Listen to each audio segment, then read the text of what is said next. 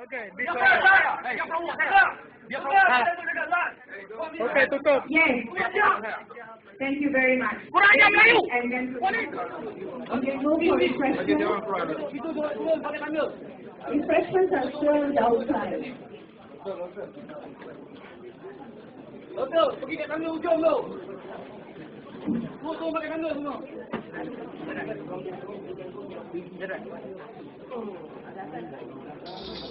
When you listen to the differing opinions of lawyers on Article 121(1)(a) and the laws that surround marriage and divorce, when one spouse embraces Islam, you'd be forgiven for thinking if the lawyers are referring to the same federal constitution and from the same set of laws.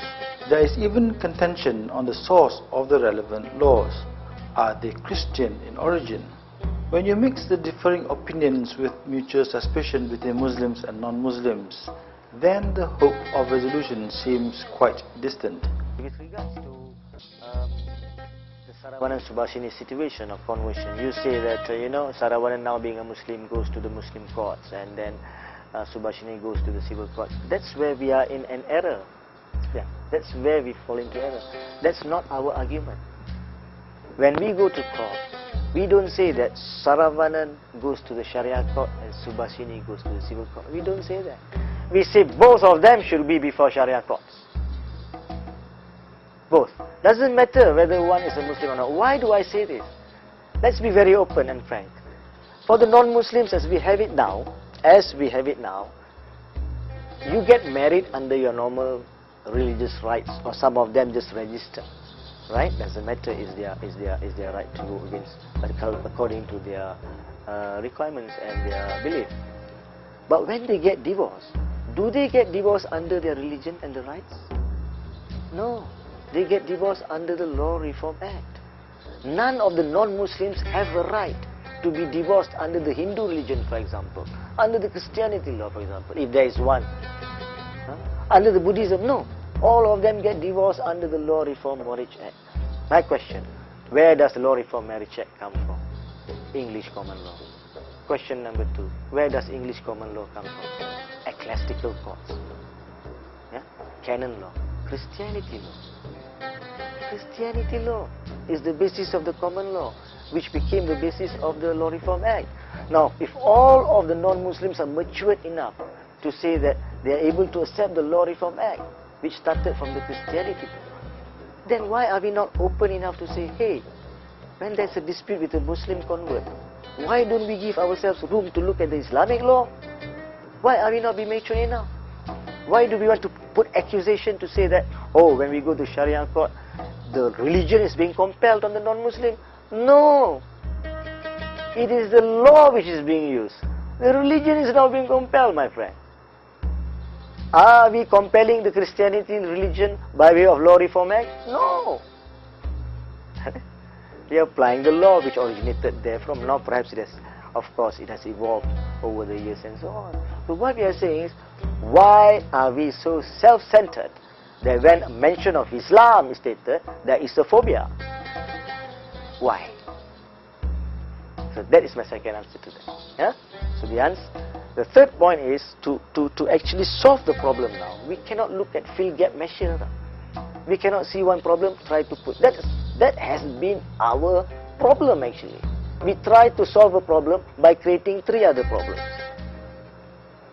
We need to sit down and have an overall view. Now, if our argument is correct,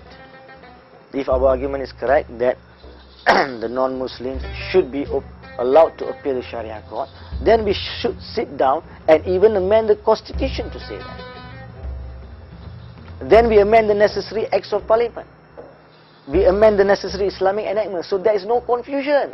We don't just solve one problem within 5 minutes and create another 3 problems later on, which will create 9, 27, 81 and so on in the multiple of 3s all the while. Yeah? So we have to actually sit down, go through the whole process of the law, look at the statutes, look at the law, see what has been in conflict, remove it once we decide to whom to give the jurisdiction. Yeah? In terms of divorce, some people have suggested that although the one party is converted to Islam, but he should or she should carry out his obligations, okay, either before the conversion or after the conversion. He is still bound by the civil marriage, for example. So he should clear that first. When he becomes Muslim, he has chosen a new path. So he wants to be governed by the new path, not the old path. Why is so wrong choosing the new path, the Islamic path, compared to the civil law marriage? And when you go to Sharia court, it doesn't mean that the Sharia court will convert you to Islam. It doesn't mean that. When you settle like a Hindu, settle the whatever family matters in civil court, it doesn't mean that the dissolution of the marriage is according to the Hindu rites. The Civil Law Act is based on the Christian marriage ordinance.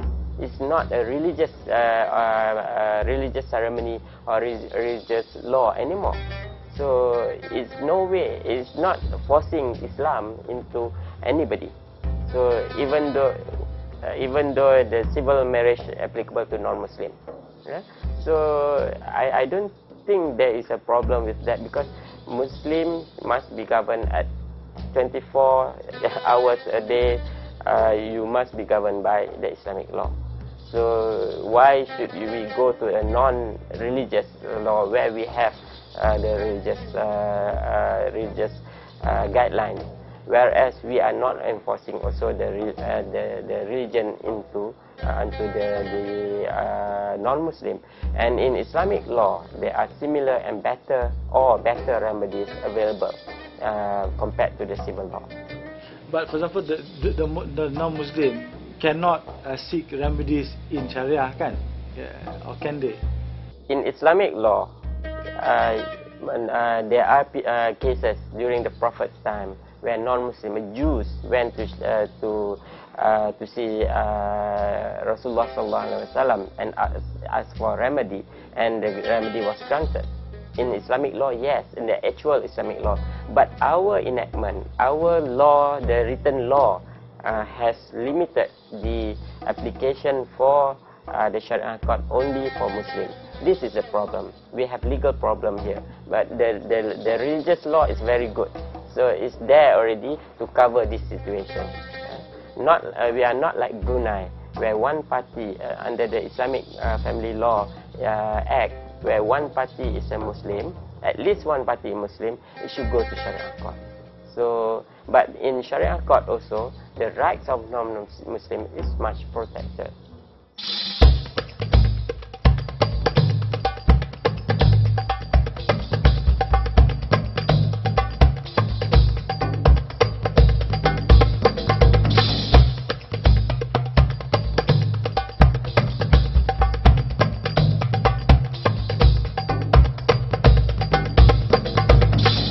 First is to address that misconception that our law is canonical law, English Christian law. The Law Reform Marriage and Divorce Act is enacted in 1976, right? And it was done after 2 royal commissions of inquiry and a parliamentary select committee made up all of Malaysians of all walks of life, non-Muslims, because it affected non-Muslims. And so it is not canonical law in that sense. It is a Malaysian law formulated after much public inquiry, much public debate. In fact, I have actually the report from the select committee, and you can see Malaysians from all walks of life sent in recommendations, comments and things like that on the draft law before it became law in 1976. So it's not canonical law, Christian law. It's done by our parliamentarians.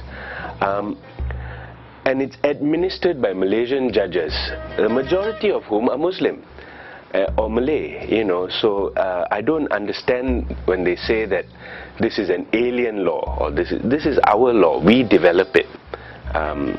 So that is one thing. I mean, people should stop. I don't think that's quite right to say that the civil court system administers Christian law.